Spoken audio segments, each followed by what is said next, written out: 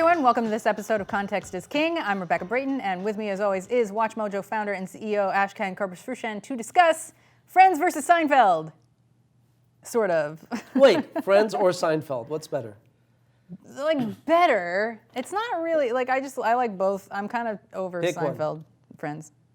I know I'm wrong. It's fine. I can't work with you. No. I know. Seinfeld, look, Friends was entertaining for what it was, but Seinfeld is far and away the better show. No, I don't think that's fine. This is going I to don't. work out, Rebecca. I know. This is not. It's not you. It's me. No. Okay, we can agree to disagree, but I don't think that's what we really wanted to discuss. Okay, look, just for my own thing, Seinfeld, I just don't think it has aged well for me because they're too mean and I can't handle it. Oh my God.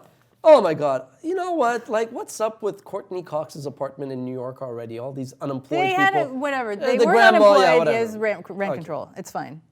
Rent control, still. No, Seinfeld, I could still watch it, and I still watch it. Friends, you would have to sedate me and shackle me up for me to sit through just one break. It's not that bad. But also, I do think the BuzzFeed writer was totally clueless to bash on Friends, saying it was a horrible show and all that. I mean, that was clickbaity. But, of course it's clickbait. Yeah, but I don't think it's that horrible, but I just feel like Seinfeld was clearly the superior show. But That's neither fine, but here you nor asked me there. to pick one.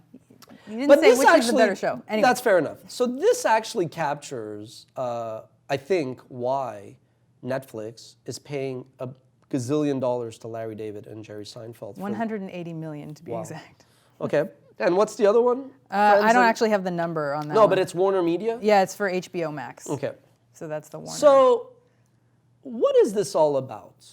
Years ago when we started in 2006 and I would present like why WatchMojo does what it does, I used to point to, instead of my hands, I will probably show the graph, but I used to point to this content pyramid. And I would say how at the top of the pyramid you had, you see Rebecca's I've like, seen this before. And I was like, at the top of the pyramid you have super premium content, which could be Avatar, American Idol, or Seinfeld and Friends. And then let's skip the middle, all the way at the bottom you have user-generated content, which eventually kind of the cream of that crop became the prosumers, which includes, the PewDiePies, the Phil DeFrancos, the Smoshes. And then in the middle, you had this massive opening, which is where WatchMojo kind of said, we're going to take elements of traditional premium or super premium, but we're going to kind of package it in a length, format, and style for these audiences that are going to grow up online and not have a TV and all that. So there was nothing online, right, in 2006 because the economics didn't justify NBC or whoever, Larry David, to put the back catalog of Seinfeld on the internet. So we filled that void. And yeah, through fair use, by virtue of doing top 10 Seinfeld moments, somebody would have wanted to watch a sitcom, but the whole sitcom, but it wasn't there, the episode, and we had top 10 Seinfeld moments, we kind of filled that void, promoted it, yada, yada, everybody wins. If you fast forward the almost 15 years, what's happened? You've seen Hulu launch, eventually get into originals. You've seen Netflix transform from DVDs in the mail, not just to deliver it online, but originals. You've seen Apple now get in the game. You see Quibi. You see all these different players, including Disney, that is going to crush it in this space. And so you've also seen these streaming platforms fund a lot of originals and then cancel it really quickly.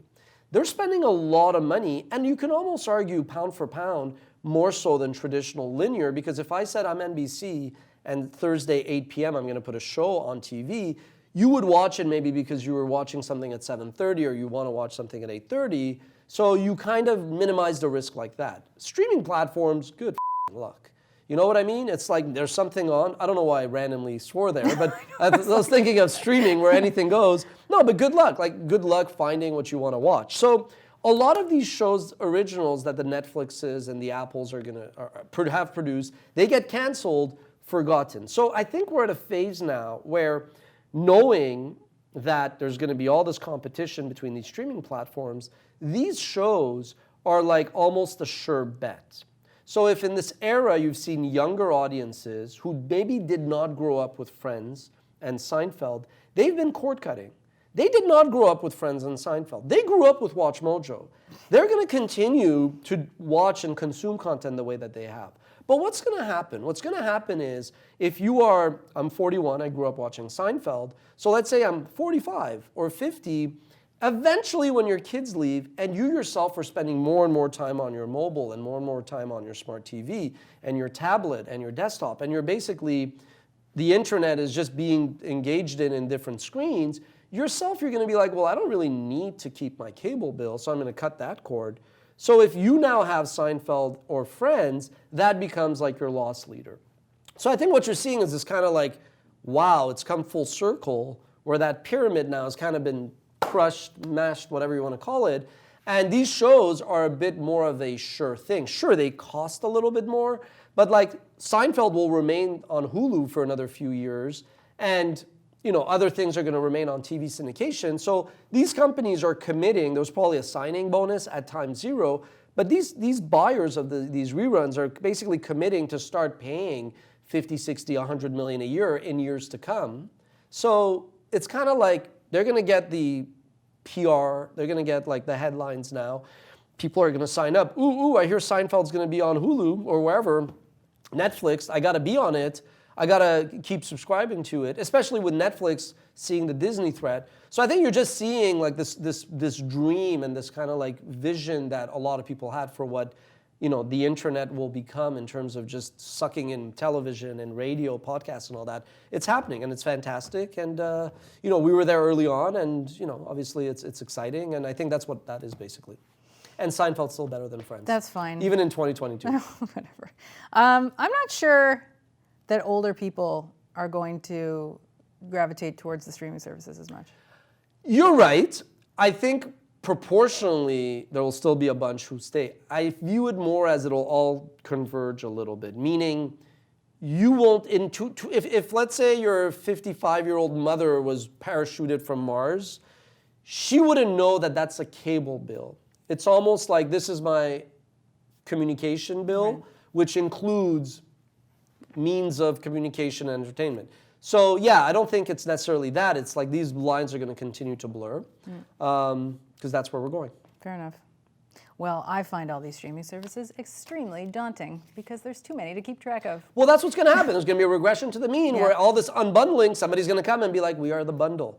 2023, the most valuable business in the world is going to be called Bundle. Start it. I'm good, okay, with Watch Mojo. All right, well, I don't know. But if you're out Free there. advice, guys. There you go, Free start advice. it. We'll fund it. Let us know what you think in the comments, and we will see you next time. Seinfeld. I knew it.